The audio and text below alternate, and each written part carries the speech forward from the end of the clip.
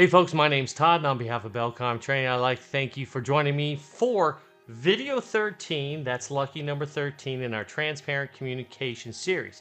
Now, in our previous video, and there's going to be a couple, all the next couple videos are right along this concept, lead by example, that you see how to implement lead by example. And we talked about these two bullet points in the previous video. Now we're going to go ahead into our next slide, and here it is.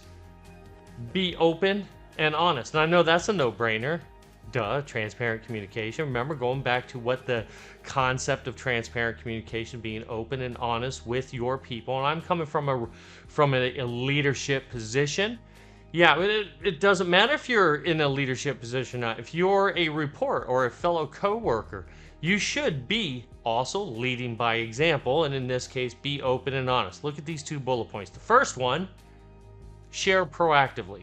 Let's just stop there for a second and talk about how companies fail with this in mind. Many companies, and maybe not the whole company, maybe it's just the leadership in that company, or maybe just a few people in that company. They are in the reactive mode. They're constantly reacting to whatever is happening at their company. Well, they have a bad profit sharing report. They react. Oh, we got a couple bad customer complaints about this. They react.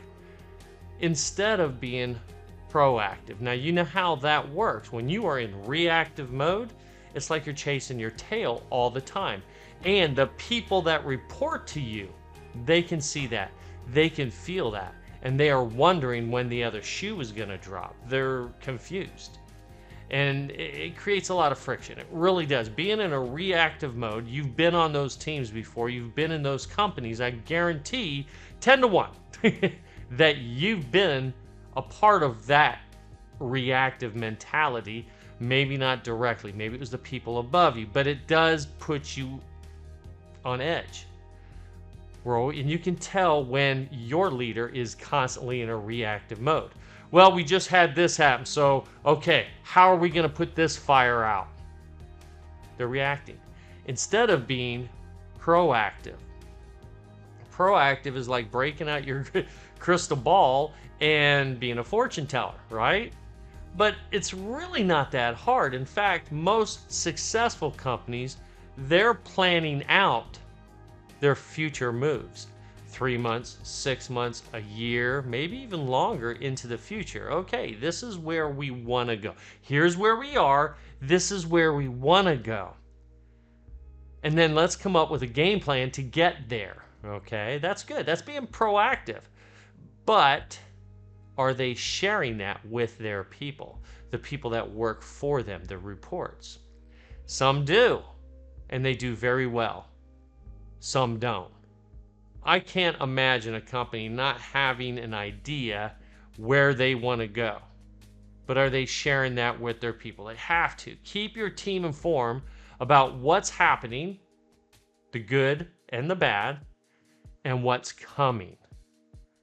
This is where we want to be. This is our vision. Share that with them.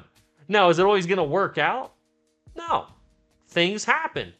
The economy changes. There are changes in the political environment.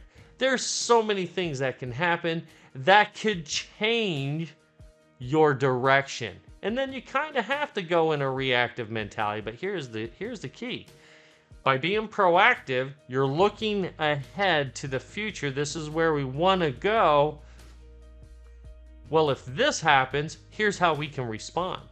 So you're already coming up with a game plan for if things don't go perfect, and that you're ready to implement a solution to those problems that appear. Okay, that's being proactive. But it's important from a transparent communication standpoint to share that information with your people.